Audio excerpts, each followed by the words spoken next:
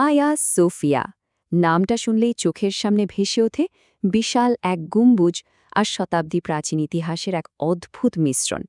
আজকের এই ব্যাখ্যামূলক আয়োজনে আমরা ঠিক এই চমকপ্রদ বিষয়টি নিয়ে কথা বলবো, কিভাবে একটি অতিকায় গির্জা সময়ের সাথে সাথে একটি মসজিদে রূপ নিল, আর কিভাবে তার পরতে পরতে লুকিয়ে আছে অতীত আর বর্তমানের এক অপূর্ব মেলবন্ধন।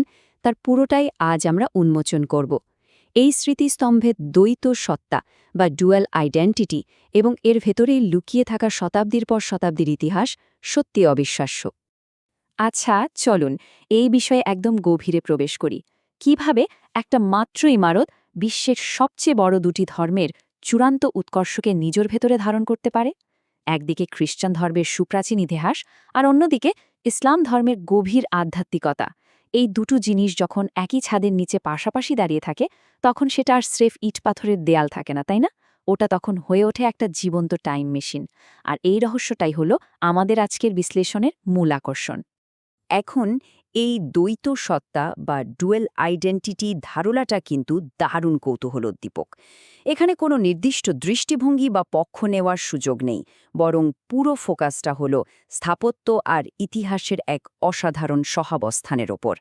খ্রিস্টান আর ইসলামী উপাদানের এই যুগপৎ উপস্থিতি যেন বৈপরীত্যের মাঝেও এক অপূর্ব সম্প্রীতির সুর তৈরি করেছে। এটি কেবল কোনো সাধারণ ভবন নয়, বরং দুটি ভিন্ন বিশ্বের সাংস্কৃতিক আর ধর্মীয় চেতনার এক অভূতপূর্ব মিলনস্থল। প্রথম পর্ব, সম্রাটদের মহান দৃষ্টিভঙ্গি। চলুন এর ভিত্তিপ্রস্তরগুলো একটু ঘেঁটে দেখি।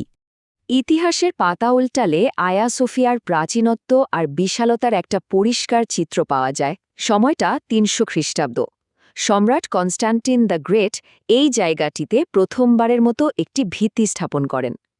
তারপর ফাস্ট ফরওয়ার্ড করে যদি আমরা ৫০০ খ্রিস্টাব্দে যাই, তখন সম্রাট জাস্টিনিয়ানের হাত ধরে এই স্থাপনাটি তার বিশাল রাজকীয় রূপটি পায়। আশ্চর্যের বিষয় হল, এত বিশাল একটা কাঠামো বানাতে জাস্টিনিয়ানের সময় লেগেছিল মাত্র ৫ বছরের কাছাকাছি।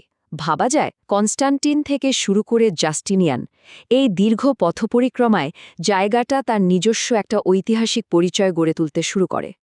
তো চলুন দেখি কিভাবে এটি গড়ে উঠেছে। সম্রাট জাস্টিনিয়ানের আসল স্বপ্নটাই ছিল একটা অতিকায় এবং স্মৃতিস্তম্ভতুল্য গির্জা নির্মাণ করা। তার তৈরি সেই প্রাচীন ভিত্তির ওপরে দাঁড়িয়ে কিন্তু আজকের এই সুবিশাল স্থাপত্যটি মাথা উঁচু করে আছে। এর আকার এতই বিশাল ছিল যে তা তৎকালীন প্রকৌশল আর স্থাপত্যবিদ্যাকে আক্ষরিক অর্থে এক নতুন উচ্চতায় নিয়ে গিয়েছিল। আর এই অসামান্য ভিত্তির ওপরেই তো পরবর্তীতে ইতিহাসের আরও অনেকগুলো স্তর যুক্ত হয়েছে। দ্বিতীয় পর্ব, উসমানীয় বা অটোমান রূপান্তর, যেখানে যুক্ত হয় সম্পূর্ণ নতুন একটি সাংস্কৃতিক স্তর। এবং এটি চমৎকারভাবে তুলে ধরে এই স্থাপনার ভেতরে সেই বিস্ময়কর বৈপরীত্যকে। একদিকে আমরা দেখতে পাচ্ছি কুমারী মাতা ম্যারি বা ভার্জিন মাদার ম্যারির প্রাচীন এবং ভীষণ দৃষ্টিনন্দন সব মোজাইক শিল্পকর্ম, আর ঠিক তার পাশেই রয়েছে ইসলামী রীতি অনুযায়ী নামাজ পড়ার জন্য নির্ধারিত স্থাপত্যিক স্থান। দুটি ভিন্ন ধরনের উপাসনা আর বিশ্বাসের নিদর্শন কিভাবে একটা মাত্র কাঠামোর ভেতরে এতটা সুন্দর সামঞ্জস্যের সাথে থাকতে পারে, এই দৃশ্যটি যেন তারই একটা নিখুঁত উদাহরণ। এখানে সবচেয়ে গুরুত্বপূর্ণ ব্যাপারটা হলো ওসমানীয় বা অটোমান সুলতানদের ভূমিকা। তারা কিন্তু এসে এই ঐতিহাসিক জায়গাটির পুরনো নিদর্শনগুলো একেবারে মুছে ফেলেননি, বরং তারা সেগুলোকে খুব সযত্নে সংরক্ষণ করেছেন এবং একই সাথে এর স্থাপত্যিক ঐতিহ্যের সাথে চমৎকার সব সমৃদ্ধ ইসলামী শিল্পকলা যুক্ত করে স্থানটিকে একটি মসজিদে রূপান্তরিত করেছেন। খ্রিস্টান এবং মুসলিম ঐতিহ্যের এই যে অনন্য সংমিশ্রণ, এটাই আয়া সোফিয়াকে পুরো বিশ্বের কাছে এত বেশি আকর্ষণীয় করে তুলেছে।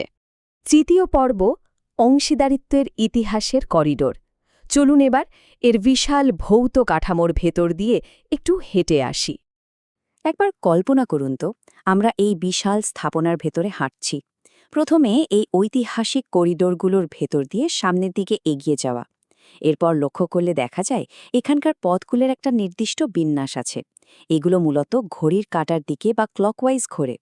এই পথ ধরে একটু এগোলেই ভিন্ন ভিন্ন শিল্পরীতির এক অভূতপূর্ব ছেদবিন্দু চোখে পড়বে। মনে হবে যেন ইতিহাসের দুটো একদম ভিন্ন ধারা এখানে এসে মিলেমিশে একাকার হয়ে গেছে। এই বিশাল করিডোরগুলো দিয়ে হাঁটার সময় বেশ কিছু নির্দিষ্ট স্থাপত্য কাঠামোর দিকে আপনাপনিই নজর আটকে যায়, বিশেষ করে এখানকার অনন্য জ্যামিতিক আকারগুলো।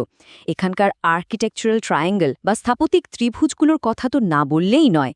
এই ত্রিকোণাকার গঠনগুলো বিশাল গম্বুজের ভার যেমন অনায়াসে বহন করছে, তেমনি এর সৌন্দর্যকেও বহুগুণ বাড়িয়ে দিয়েছে।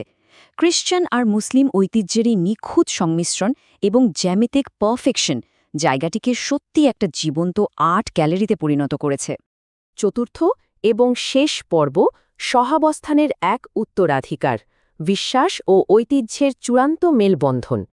এই যে এত সব স্থাপত্য আর শিল্পকর্মের সহাবস্থান, এটা আসলে আমাদের একটা গভীর আর সম্মানজনক উপলব্ধির দিকে নিয়ে যায়। আমাদের আজকের এই ব্যাখ্যামূলক আয়োজনের একদম মূল নির্যাসটি হল বাইজেন্টাইন সাম্রাজ্যের একটি গির্জা থেকে শুরু করে অটোম্যান সাম্রাজ্যের একটি মসজিদ হয়ে ওঠার এই সুদীর্ঘ এবং সমৃদ্ধ ইতিহাস। এটি বিশ্বের প্রধান দুটি সাম্রাজ্যের উত্থান পতন সচক্ষে দেখেছে এবং নিজের ভেতরে ধারণ করেছে তাদের দ্বৈত পরিচয়। এই স্মৃতিস্তম্ভটি আক্ষরিক অর্থে মানব ইতিহাসের এক বিশাল ক্যানভাস। আজকের এই আয়োজনটি শেষ করার আগে একটি প্রশ্ন সবার ভাবনার জন্য রেখে যাচ্ছি। দুটি বৃহৎ ধর্মের এই যে ঐতিহাসিক সহাবস্থান, তা থেকে বর্তমান আধুনিক সমাজ ঠিক কী শিক্ষা গ্রহণ করতে পারে? ভিন্নতা আর বৈচিত্র্যের মাঝেও কিভাবে পারস্পরিক সম্মান ও সম্প্রীতি বজায় রেখে একটা সমৃদ্ধ ঐতিহ্য গড়ে তোলা যায়, আয়া সোফিয়া তার একটা নীরব কিন্তু অত্যন্ত শক্তিশালী দৃষ্টান্ত। এই গভীর চিন্তার সাথেই সমাপ্তি টানছি আমাদের আজকের আয়োজনের।